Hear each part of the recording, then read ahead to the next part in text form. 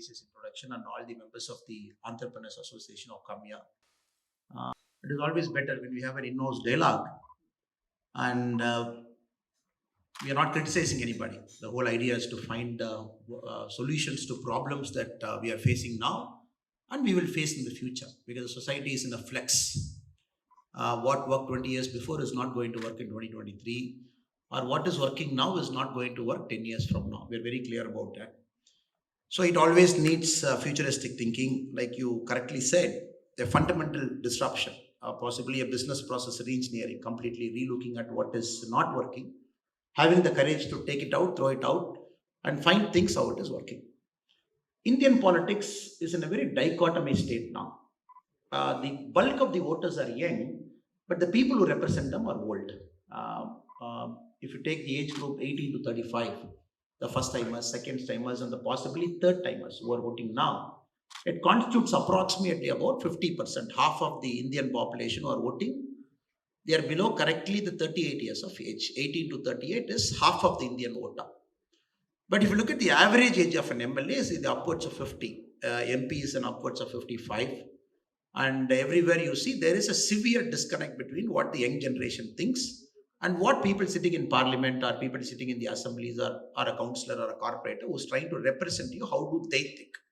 So this is a big dichotomy in our politics. It's a very aspirational nation. The way you walk into a audience with politicians sitting, you sit there for 1 hour, and the way we think about society, about life is completely different. It is like two different rooms, two different groups of people. And I many a times wonder that there is no bridge between both the groups. This is completely a different group, completely a different group.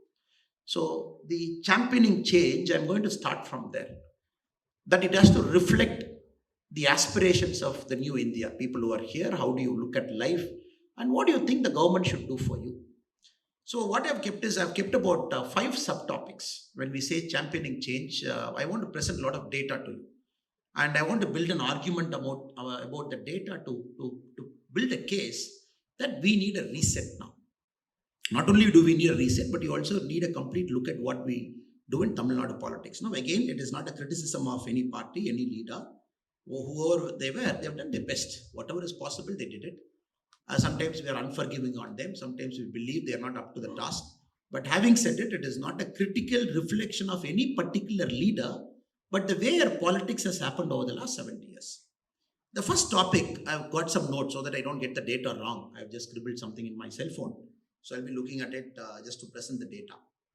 I'm going to talk about alcoholism, number 1, and how it is eroding the base of society. I'll be talking about corruption, how it has become just now the Erode by-election results have come out, how people have taken corruption as a way of life. Then agriculture, what is happening now? I'll be putting a small microscopic lens to what is happening deep inside the agriculture mess that Tamil Nadu is facing. Then we'll be putting a little bit of lens on the education infra, what is happening with school education, because all those guys are going to get employed with you in a matter of time.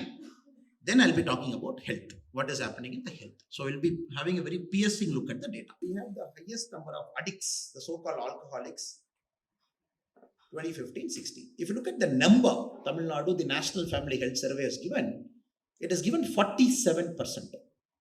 15 to 39, it has given 47% can be labeled as an addict. If I slightly get into Kerala, it is 37%, Karnataka is 29, Maharashtra 21, Gujarat 11, Rajasthan 16, Madhya Pradesh 30, Uttar Pradesh 22. Just to give you a map of how each states are, because you are going to get manpower, labor, and the next generation of entrepreneurs there. Bihar 29, Jharkhand 40, Bengal 29, Odisha 39, Andhra 35. Oh, we have covered most of the states now. Puducherry 41. Again, if you go to North East, slightly high, 45, 47, 49. Arunachal is at 58, the border state. Tamil Nadu, for an industrial powerhouse, for an economic powerhouse, which is aiming to be a $1 trillion economy on our own, 2015-16, we are at 47%. Now, if you look at the per 1 lakh population in a state, per 1 lakh population, what is the number of liquor shops each state has got? Like Tamil Nadu has got a liquor model. We have got a TASMAC, which is owned by government. UP has also got a very thriving liquor industry, but completely owned by the private sector. licensed by the government. For every 1 lakh population in the state, we have 6.5 liquor shops catering to them. 6.5 liquor shop catering to 1 lakh population.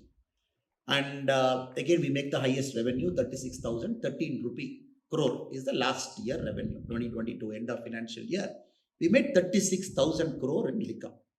So what is it costing? Fine, there is one argument that politicians like me can come and we can talk about liquor and this, that, and numbers, 47% and everything. What is it costing? Okay. Now when we put a little bit of microscope and see, we all know every year the National Family Health Survey focuses on a specific thing. Like 2014-15 focused on alcoholism. 2019-20 focused on the abuse on women, the spousal attack, the acid attack, the mental torture, the sexual harassment at workplace. 2019-20 focused on that. In that, 45% of women in Tamil Nadu between the ages of 18 to 60, they said, my husband has assaulted me. 45%. And one data shows 47% of men in alcoholism. That is one. And 85 lakh billings have happened in Ayushman Bharat last year. Ayushman Bharat, we all know, is the 5 lakh insurance scheme that the central government runs. Tamil Nadu, among the Indian states, we did a 85 lakh billing. For a kind of information, UP did 18 lakh billing. Each person going to a hospital, getting a service, billing the government, we call as one billing. Tamil Nadu, 1 year, we did 85 lakh billing. It could be anything. It could be heart, liver. It could be a surgery. It could be a fixing up a broken bone. UP did 18 lakh. So when you combine all this data, when you look at it, alcoholism is turning out to be the single biggest menace for our state. Gone are the days you have a skilled laborer, skilled manpower, a skilled masonry, a skilled carpenter, which Tamil Nadu used to take a lot of pride 20 years back. Oh, Tamil Karanga, you have to the valley kodutha pakka varakum. There was a joke in Bangalore recently, a friend was telling me, உங்க தமிழ்நாட்டுல இருந்து கொத்தனார் வந்து கட்டினா வீடெல்லாம் கோணையா கட்டுறாரே முதல்ல நல்லா கட்டுவாங்க அப்படின்னு. Alcoholism has eroded into all the places which requires that bit of attention at that point of time. That attention, a needling, a threading, a shop floor assembly, a fitting, a welding, which needs that very specific attention, which Tamil Nadu was having a huge competitive advantage to other parts of India, it is skilling. So we are losing that particular.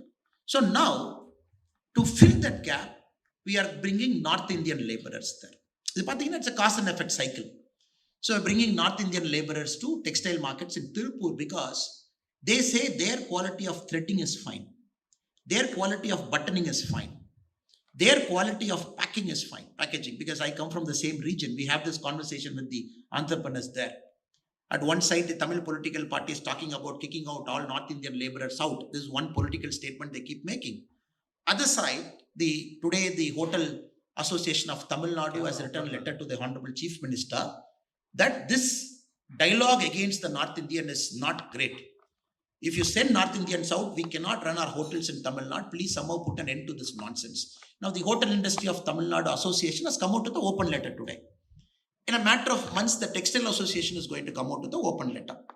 So these guys are coming and filling up a place which needs a bit of discipline, which needs a bit of attention, which needs a bit of quality-centric operation. This is one we are seeing. As simple as Tirupur, we can start from here, masonry. So you cannot build a great economy, we cannot build a great nation, we cannot do a reset unless we don't have quality manpower at the bottom who can do all the hard lifting things. Using that as a fulcrum, you build all the great things. You build a finance 2.0, you build an artificial intelligence next one, or a chat GPT model the next one. But everything to stand, this base is getting weakened. Uttar Pradesh.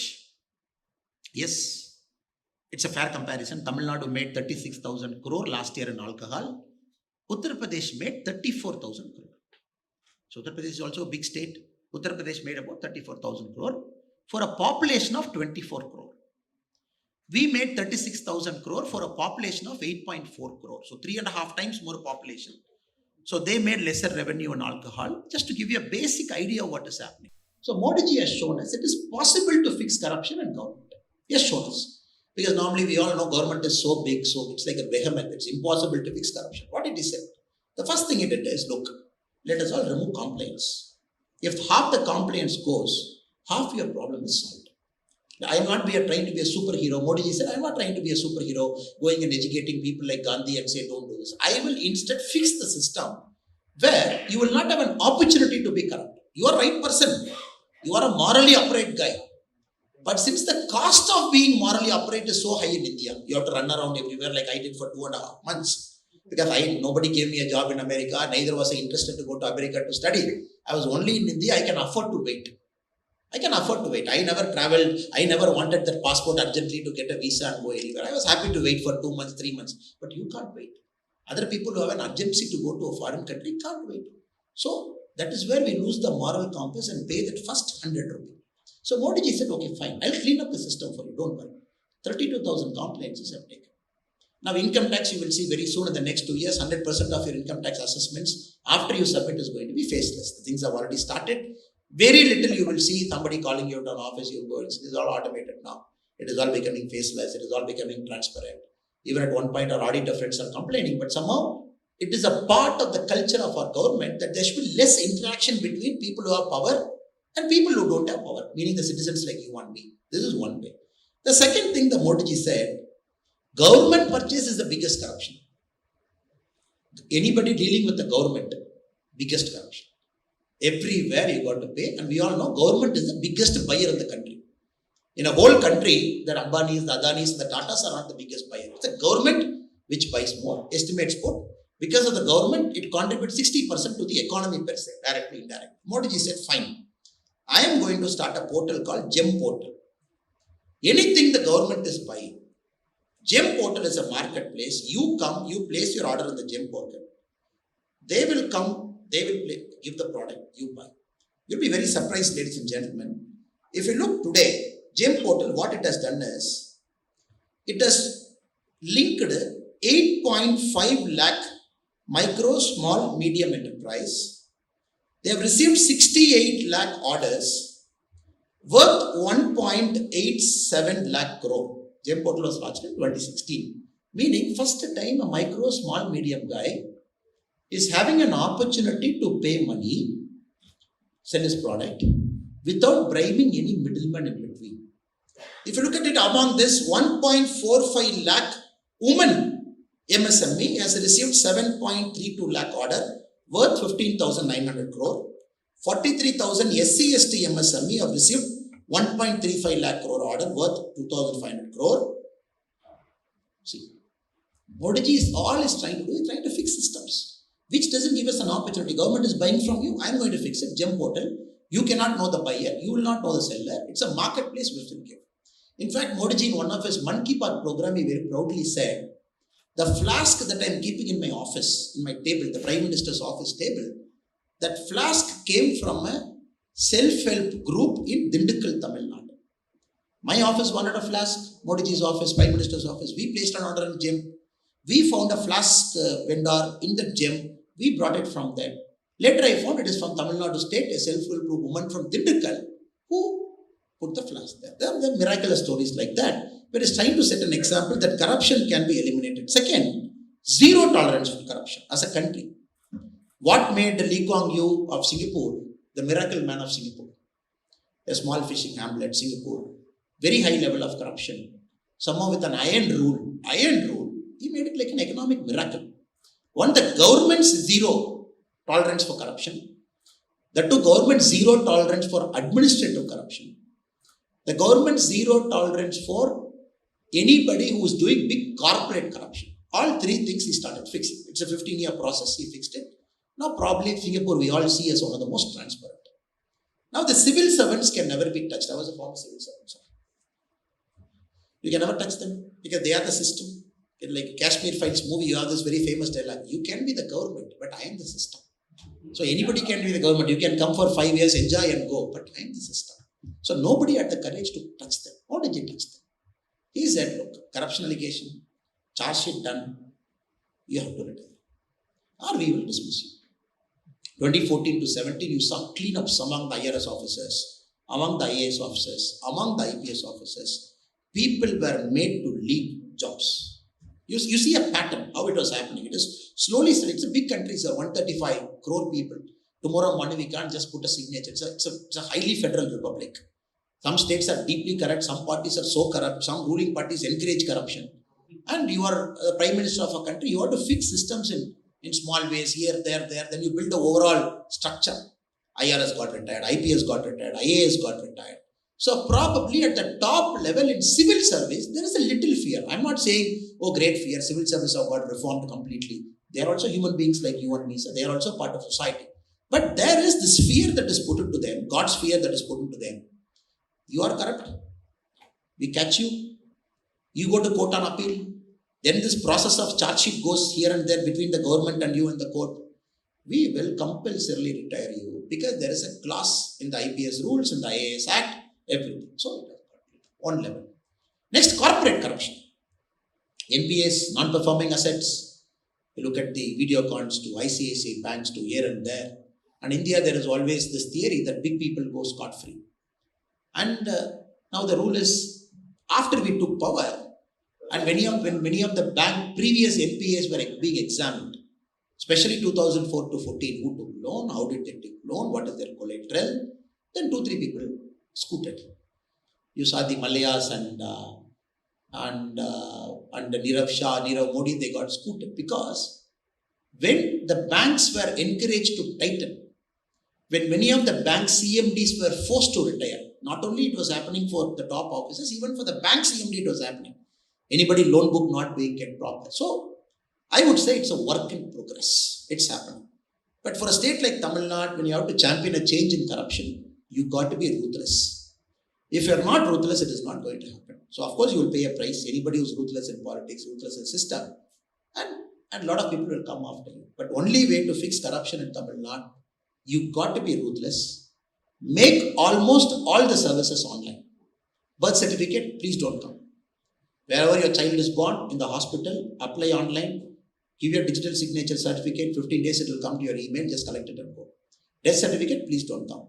In India, these are the biggest things. Income certificate, please don't come. We will do via digital signature. Some states like Karnataka, Punjab, they are calling this as Sakala, Enforcement of Service Guarantee Act, meaning they are giving services to citizens saying you don't come, apply online.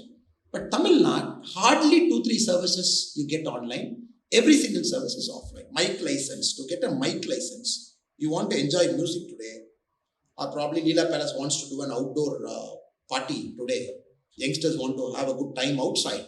You ask a Leela Palace manager how many licenses he has to get. I was a DCP Bangalore. I must have given 1,000 licenses in my life. The short term I was in Bangalore. You get a police license. Then you go and get a liquor license for this particular class. Then you go and get this. By the time these fellows will go everywhere, he will say, Are yaar, 10,000 rupees here, 10,000 rupees there. Then after 10 o'clock, you want to illegally operate the thing, pay another 25,000 to the local station. So because you haven't kept anything online, you have kept everything offline. You allowed a human interface between two human beings, one who has got power, one who doesn't have power. When this guy is mingle, boom, then it gives rise to corruption. You have to fix it slowly, steadily. It's a slow process.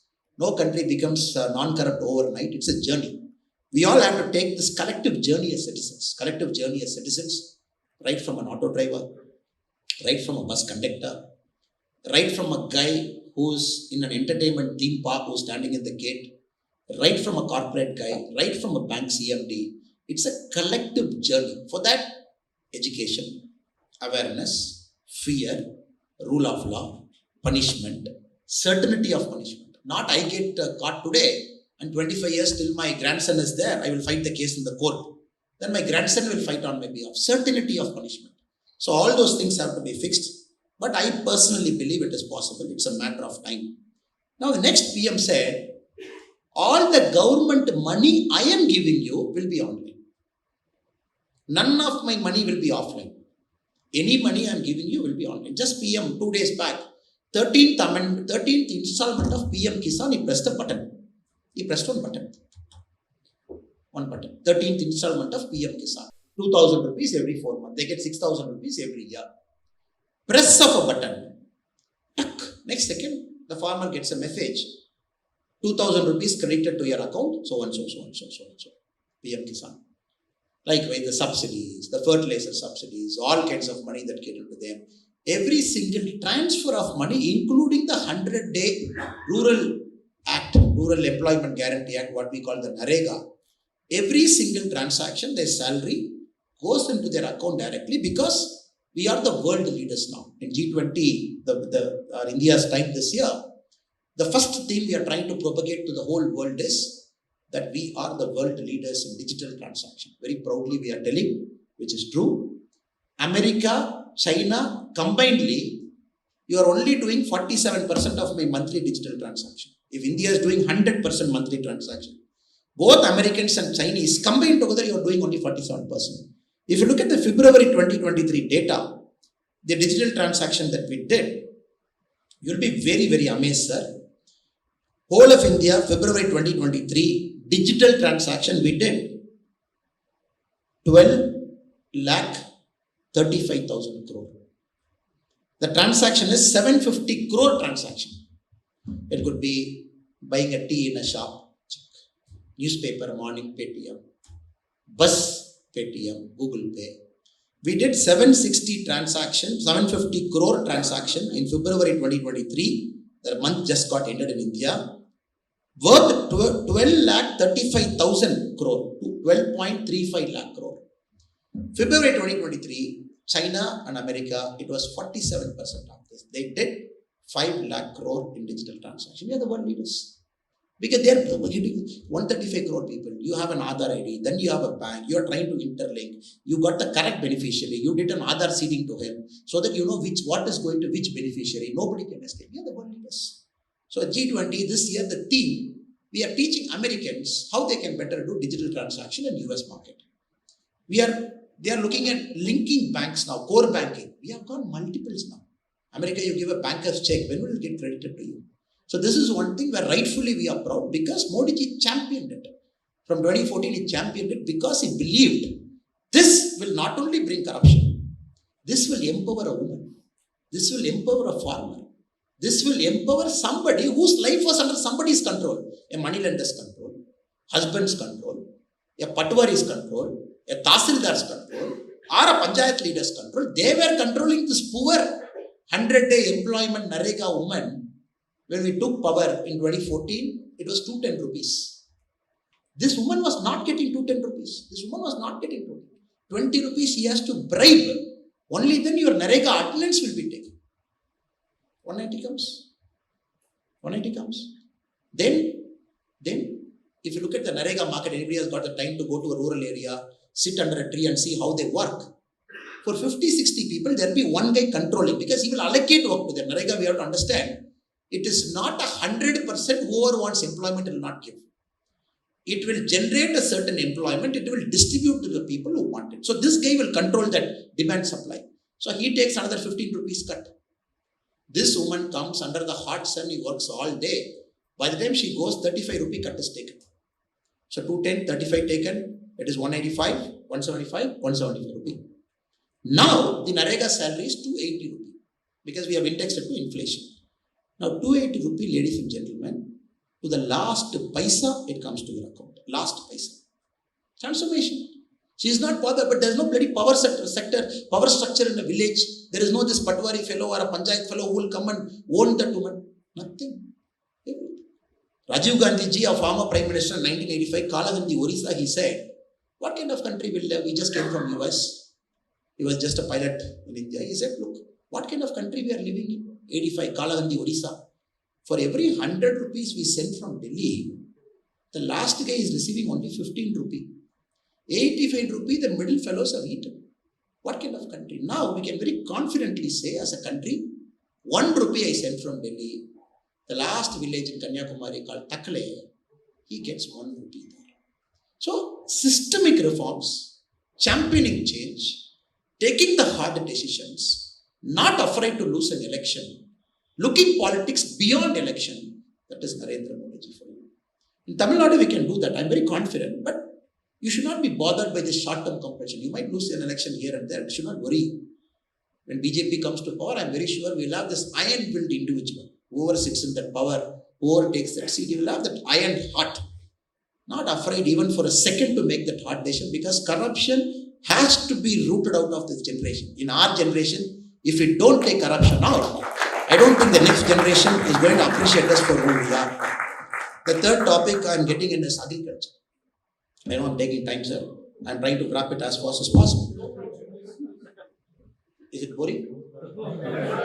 Because these are things I don't normally talk. We all give political passions. You have to have this kind of an audience that wants change and which is very comfortable with the data. When we speak, they should connect with data. We look at agriculture. If I'm making a very bold statement that Tamil Nadu has failed in agriculture, it is not false. It is 100%. Again, I give you statistics to prove why this great state of Tamil Nadu in 1960, which was a leading indicator for agriculture in India, is a lagging indicator now. Again, if you look at the data, sir, 1960-63, if you look at the irrigation of India, whole of India, the irrigation that is happening, Tamil Nadu had 11% of irrigation. Irrigated area, 1960 to 63, we had 11% of irrigated. Rest of the state combinedly had 89%. 2021-2022, Tamil Nadu has got 3.4% of the irrigated area. Why? No Kamarajar. Since Kamarajar is not there, one single person was missing from that link. The great Karmaveerar Kamarajar Ayya, a state with 11% of the net irrigated area of Tamil Nadu, India, has come down to 3.4%. This is alarming. With this, we will build an argument to look at rural distress, the income inequality. We will look at, it's a very big number, madam. If you slightly go into that and look at the data very deeply, it gives a lot of very alarming conclusions to us. And why? Again, the irrigated area, when we subdivide, we look at irrigation in three parts. The canal irrigation, which is the government's duty to build a canal from a dam to take a water to the last agriculturist. He can't invest in canal. He has to get water to his farm directly from canal so that he can grow a crop. He gets money from it, gets out of poverty, educates his children. They go to better schools. They get education. They go one level up in life. So the government's primary duty is to give canals till then. Tamil Nadu, 1960-63, the comparison period, we had 9 lakh hectare of canal irrigation. Now, we have 6 lakh hectare of canal irrigation, meaning whatever was getting irrigated, 3 lakh hectare in canal irrigation has come down because the canals are not reaching. We are not recharging the canals. We are not fixing the canals. All the canals are broken. The water is seeping down. It is not reaching what we call the Kadai Madai Vayal, if somebody is from the Kongu region. Again, if you look at the tank irrigated, we build tanks, from there we put water. From 9.41 lakh hectare, it has declined to 3.69 lakh hectare. 60-63 to now, 40-50 years later. The groundwater irrigation, I put bore, I dig up a well to me. From 6 lakh, it has gone up to 16 lakh. Reckless bore, we are seeing, which is creating a lot of disturbance. So you see the canal, which government is supposed to do, not doing.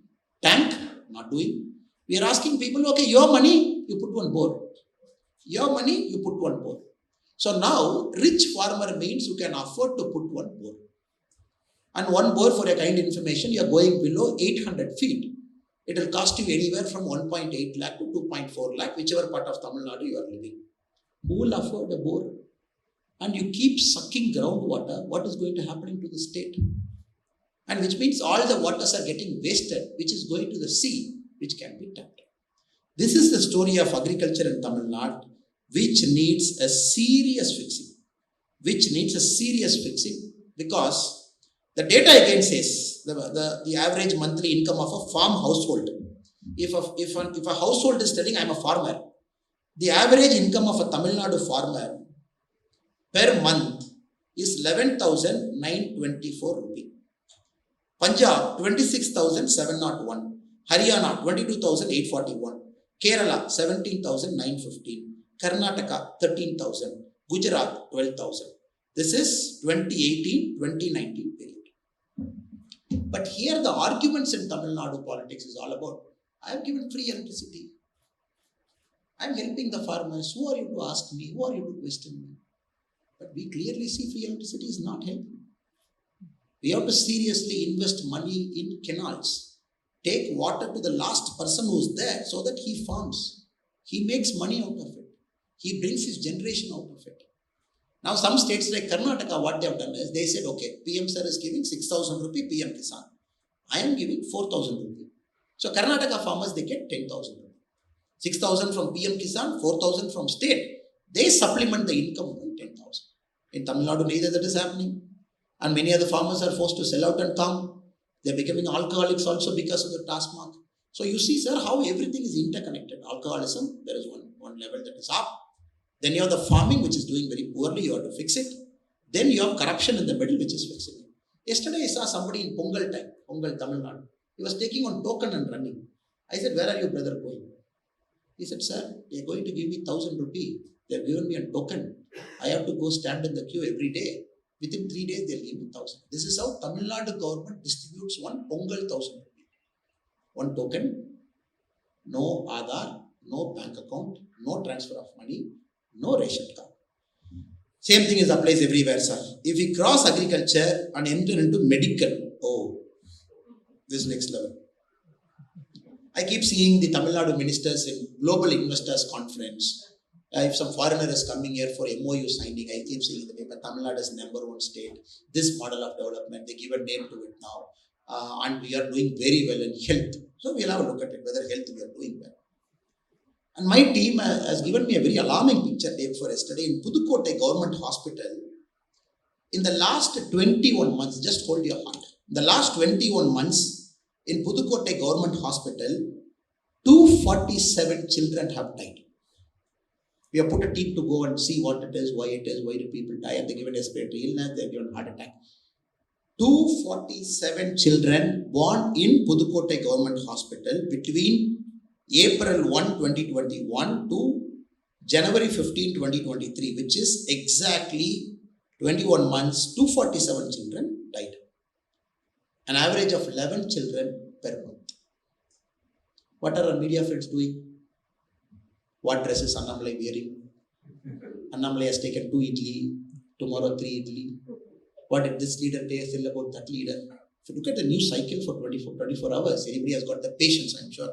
None of you have the patience here, but you have the patience and analyze a 24 cycle. Which actress is doing what movie is releasing next, who is earning how much. Stories. These are the stories that define who we are. From morning till night, these stories define our generation. Cricket, was the pitch okay, was the pitch bad? And 90% of India's population right now knows why did Australia captain Pat Cummins went home. Oh, his mother was ill. That is why Pat Cummins is not there. 90% of India's population. Because we consume story, that story is pushed to us. But nobody has pushed this story to me. In Pudukkottai Government Hospital, supposedly a state which claims that we are the best in health infra, 247 kids have died, which is about 11 kids per month. This is one data for you. Again, if you dig deep, go inside. In the Ayushman Bharat, which is mainly for providing health for secondary and tertiary care, Tamil Nadu last year we climbed, 2019 onwards, we climbed 85,95,773 hospital admission. This many people have used a government hospital or a private hospital, Ayushman Bharat. For a period, 2019 to January 2023, 85 lakh hospital billing. Uttar Pradesh, which has got a population of thrice of Tamil Nadu, in the same period had 18 lakh 35,969 hospital admission. Something is alarming. People are going more to hospitals. Many people are going more to hospitals. That's a free scheme. Nobody is going to deny it. It's a proper metric comparator. Free scheme, all states equally applies. How much did UP go? How much did you go? If you look at it, there is some seriously problematic stuff that is happening in government hospital. We see only a building that is there, no healthcare inside. So all of us are pushed to private hospitals here. Tamil Nadu has got world-class private hospitals. 2 days back in the airport, I saw this Bangla Air manager. I saw the manager. He said, he's the manager of Bangla Air. I said, okay, how many times the flight comes from Dhaka? He said, 2 flights a day. From Dhaka, it lands in Chennai, goes back. 1 flight again comes from Dhaka and goes back. I said, why do they come? He said, 80% come to 2 hospitals in Chennai for medical. They come, they get fixed. Maybe they spend 1 month or so medical tourism, then they go back. So the quality of private healthcare in Tamil Nadu is so good because the Tamil Nadu governments over the point of time happily kept the government hospitals poor, which forced you to go to a private hospital, which forced you to give revenue, which helped them to expand, which made your bank balance less, which made you to give larger proportion of your savings to health. And right now we are a deeply crisis health state.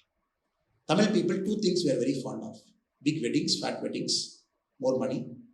Second, hospital bills. So this government is supposed to fix. We are doing. It needs a serious retooling, serious fixing, and we have to do a lot of things here. I don't have anything against the private hospitals. I admire them for the quality of healthcare they do. They operate on their own. They don't bribe anybody. They don't go and ask anybody to come to their hospital. They give a standard of service. We are going. I completely blame the system because you are allowing somebody to not get treated for a basic secondary health care. You are pushing them to big fancy hospitals. We are not doing our duty as a state because they are paying the tax. Even for a simple cesarean. Other day I found the health minister taking a lot of pride. The cesarean is coming down. Cesarean is coming down by 3%, 4%. I'm not getting into the data, sir. Again, Tamil Nadu has got the highest number of cesareans per 100 women who is giving birth in South India. We are not getting the data for some other time. Today we are just having an overlook at what is happening. Seriously crumbling, failing health infra in government. Since Govindji is looking at me sideways, I have to finish it in 5 minutes and go into the next one. Now, education. The best is education. The best is education. And Tamil Nadu takes a lot of pride in our mother tongue. Rightly so. Anybody should take pride in their mother tongue. Anybody who's here, who speaks Hindi, who speaks Bengali, who speaks Gujarati, who speaks Tamil, it is only right that we take a lot of pride in our mother tongue. All mother tongues are great, fantastic. Recently, Stanford came out with a study. The Institute for Competitiveness, Stanford, it came out as a study. It reviewed 86,000 students across 10,000 schools in India. Recent study, you must have seen in paper. 10,000 schools, 86,000 students. One thing they measured: proficiency in mother language, mother tongue, proficiency, global proficiency. They kept a global benchmark. You know who came last?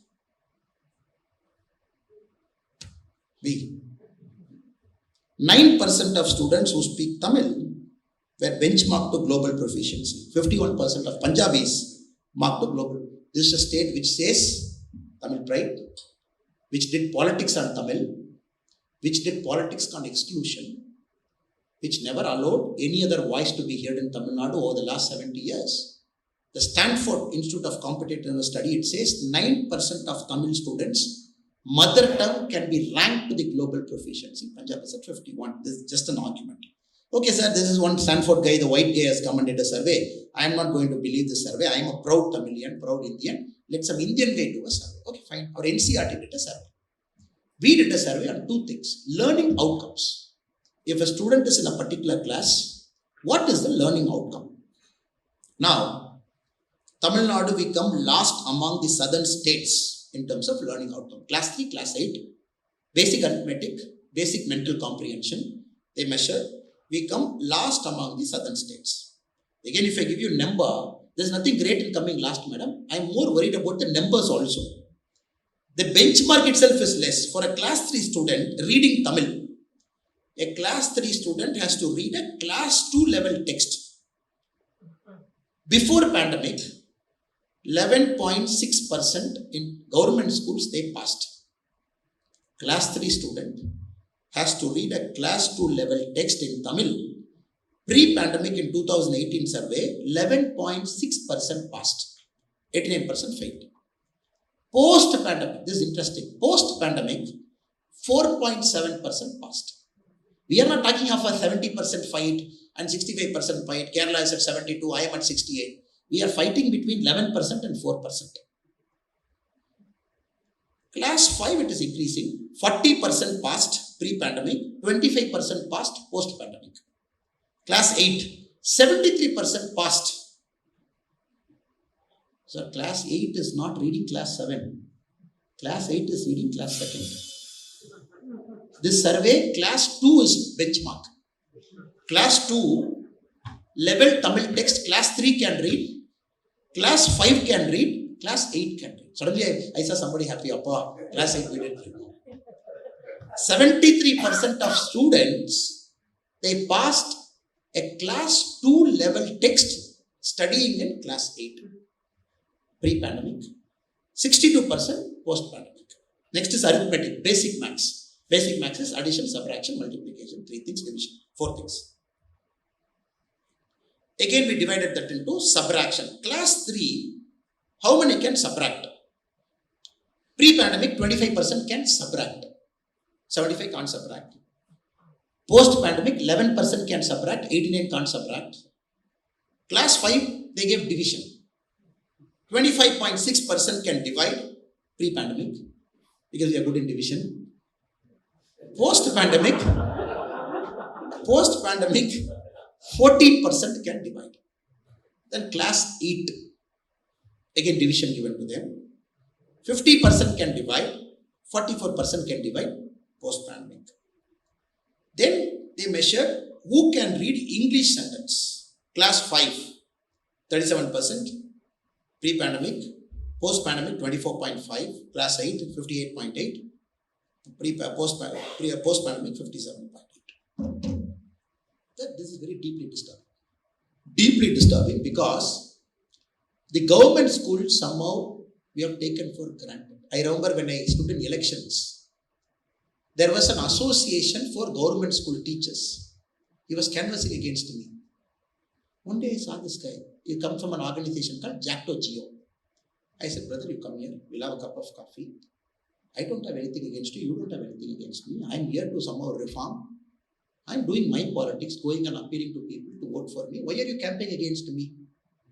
He said, sir, if you come to power, you will increase the workload of teachers. What is this? And we don't want this new pension scheme. We want the old pension scheme. You are supporting new pension scheme. I'm against you. That is a debatable point. Over a cup of coffee, we can sit down and talk about the merits of it. But the first point, you will increase the burden of teacher. Rightly so. Now you can link the NEET result. Why politicians are afraid of NEET. Why NEET is a bogey. 10 years back, in the All India Civil Service, when Tamil Nadu had 22%. Meaning for a 850 admission, we used to have 114, 117, 120 admission in IAS, IPS. We are between 30 to 40. We are struggling to pass a CSAT level in civil service. Because thanks to the quality of education, where a certain people will go to election polling booth as presiding officer, you don't want to harass them. Who sits in polling officer, presiding officers at polling booth? Teachers. And no government wants to take panga with teacher. And everything collapsed. Then the school education minister very proudly says, I am not able to improve the quality of schools because what can I do? 92% of my budget goes into giving salary only. I have only 8% of budget left with me. How can I improve schools? How can I build buildings? That is why Tamil Nadu, you see the school buildings falling and kids die. Now my first part is over, sir. The second part is an alarming matter, which I'll take 5 minutes before I get to sit in that chair. I was having a walk in Benares recently. We were going for a walk with a professor from the Benares Hindu University 2 months back. And I am a very proud Tamilian. Whatever you say, I am a proud Indian, proud Tamilian. I will not leave my heritage like most of you here. I will not leave my mother tongue. Of course, I will not leave my country. These 3 things are very important to me. And we are having a banter. I said, how is UP doing, sir? Yogi ji, bulldozer, how is it happening? He said, Arey yaar, okay, we'll have an argument. I said, TK sir. He said, have you heard of the Napoleon Bonaparte's quote about China? I said, I haven't heard. You tell me the quote. He said, Napoleon Bonaparte, many years back, he said, please don't wake up China. If China wakes up, the world will tremble. Till China is sleeping, we all can do world trade, we can do divide and rule in Africa, we can do everything. Moment these buggers who are sleeping from 6th century after the Ming dynasty, if they wake him up, we are in trouble. So China was comfortably allowed to sleep. Such a big country, such a rich cultural civilization country. Then somebody woke up China by Mao Zedong in 1950, he wanted to experiment something. Mao Zedong wanted to experiment something in cultural revolution. Then Mao Zedong later. When China suddenly woke up, we are seeing the results of China now. 1960, 70, 80, 90, 2000, what is happening? Then the professor told me, actually, you should not have allowed UP to open up. You have allowed UP to open up, brother. Now you will face it. UP sleeping was an advantage for southern state. UP sleeping was an advantage. No government, 1 year the CM, second year that CM. Somebody will demolish a building, next CM. Okay. Then what happened? One Yogi ji happened. One Modi ji happened in Delhi. Then this guy came. He said, "Arey yaar, you give me one majority, I'll fix." Modi ji said, "You give me one majority, I'll fix UP." Then Modi ji made Yogi ji a CM. First he fixed law and order. He said, anybody touching, not only will you lose a hand, you will lose a house also. Bulldozers will come and everybody is like, "Arey yaar, even if the court is low, my house will go next day. I am not touching." All the gang fellows and all, he came, he said, "I am not going to shoot, I am not going to kill, please I surrender." This is the first 5 years. Once he fixed up the law and order, then the miracle started happening. You'll be very surprised, Govindanji. Which state had the highest number of startups last year? Startups registered in a startup portal. Maharashtra had the highest number. Which state had the second number of highest startups registered in startup portal? Uttar Pradesh. Tamil Nadu is number 4. Suddenly this 24 crore people have woken up. Suddenly empowerment, freedom. Women can walk at 8:30, 9:30, 10:30 in the night after finishing a night shift and come back to home. Suddenly the gross enrollment ratio for a higher study, which Tamil Nadu was leading at 52%, UP was at 16-17%. Suddenly Yogi ji is pushing it to 30. Next year it will go to 40. In 5 years it will go down to 50. 24.5 crore population getting educated, getting empowered, going to engineering schools, medical colleges, happening breakneck development. All these guys in 10 years, what are those guys going to do? Will it not change India's trajectory, sir? It is going to change right in front of our eyes. Here, what are we saying? A North Indian means only Pani Puri. One minister. You see, 10 years, what is going to happen? Education minister who is supposed to educate and see how the world is changing, trends are changing, where Tamil Nadu should be there to maintain the number 1. North Indian means only Pani Puri. Okay. How many airports UP has got, sir? 11 functional airports. Planes are landing, planes are taking off. How many airports we have? We have 5, but we don't have night landing in Toothukudi. We are trying our best to expand to Chennai, which we might expand anytime soon. The Terminal 2 of Bangalore is 2 times bigger than the Chennai airport as a whole. I'm talking of one terminal. 2 days back, I couldn't land in Bangalore from Bangalore because there was a congestion. 45 minutes we were there. Then finally they found one landing slot at 11:20 in the night. We landed. You will not see, first time in my eyes I saw the bus which goes from the bay to the terminal. I found 16-17 buses standing like a queue. Then I was telling my Bangalore friend, "Arey yaar, you had road congestion in Bangalore. Then you had train congestion. Then you have flight congestion at the top. Now you have bay congestion."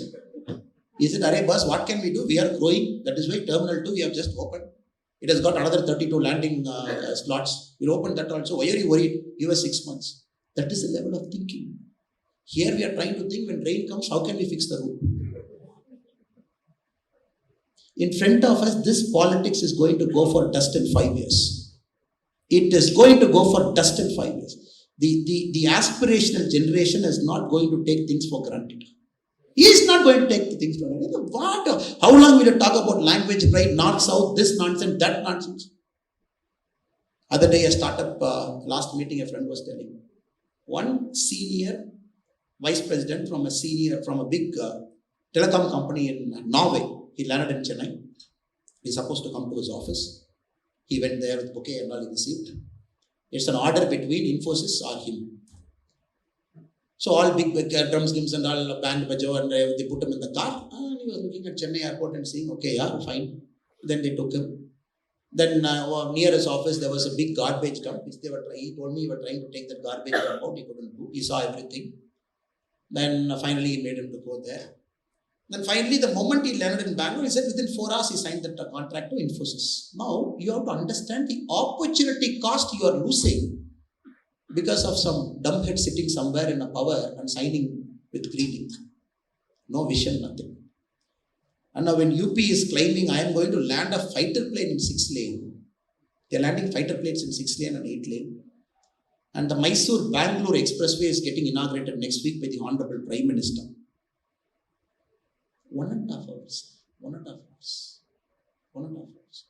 And that MLA was telling me, Anna, Hosur on the airport you put. I said, why should we put? Because only then we will grow faster.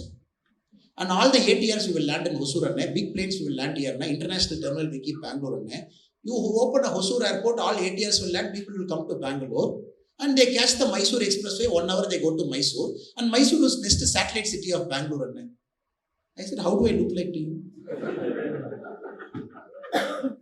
See the planning. I'm not finding fault with him. Ambition, the aspiration that hit states wants to go. I am also a fighter. I want my state to go on.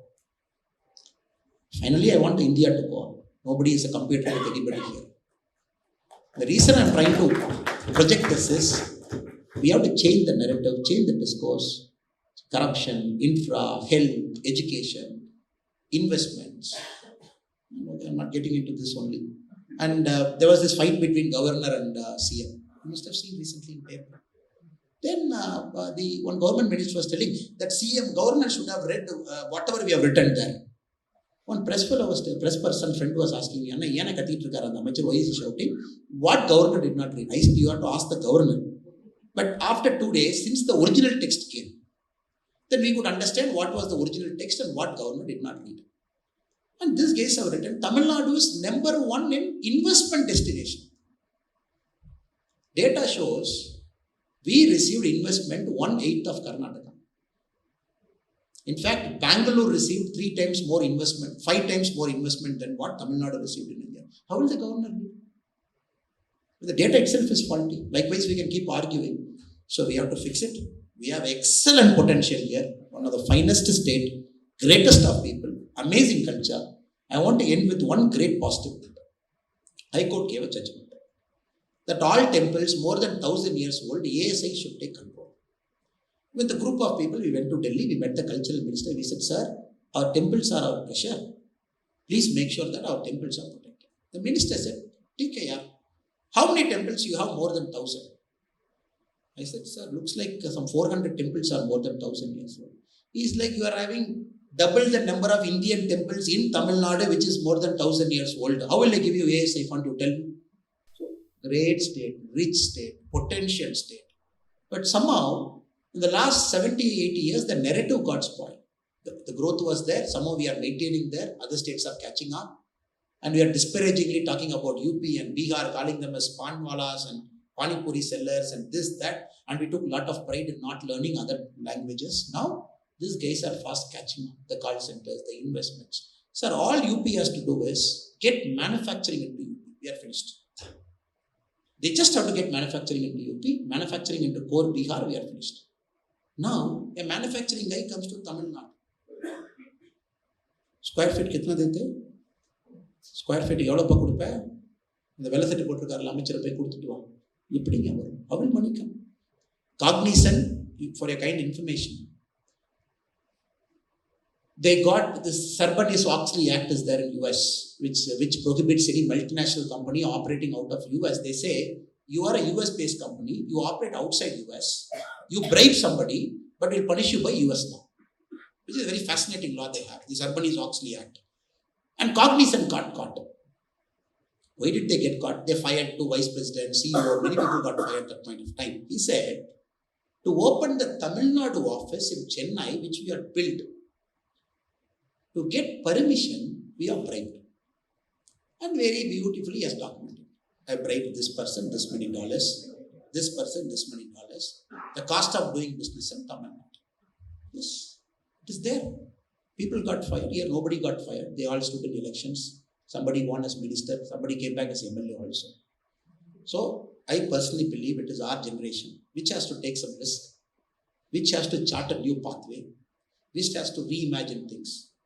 Because for our state, we have to do it. We can do it. If we don't do it, it's a matter of time before Tamil Nadu is going to be the laughing stock of other states of India, especially Karnataka, Maharashtra, UP, Haryana, Rajasthan, many states. Let us do it with new reimagination. Let us not disappoint our youngsters who go into school. You should get the best education. You should not be struggling to read 22%, 67%, 70%. That's not disappointing. For any taxpayer who is getting into a government hospital, let him get a good quality of patient care. Farmers who live in, including my father and grandfather, who earned only through farming all their life, let them at least have that certainty water will come with government support and they can do some farm. I'm not getting into law and order because it should not look too much pessimism for you. This person has come and blah, blah, blah, is given data. The reason I'm trying to paint is, you are giving me championing change. The topic is championing change. We have to say, these things are rotten. We are fixing it. We are changing it. And this is doable with all of you combined together. And thank you for your patient listening, and especially for Govindanji, who is urging to get out of chair and get me, but still is holding on. Thank you so much. God bless you.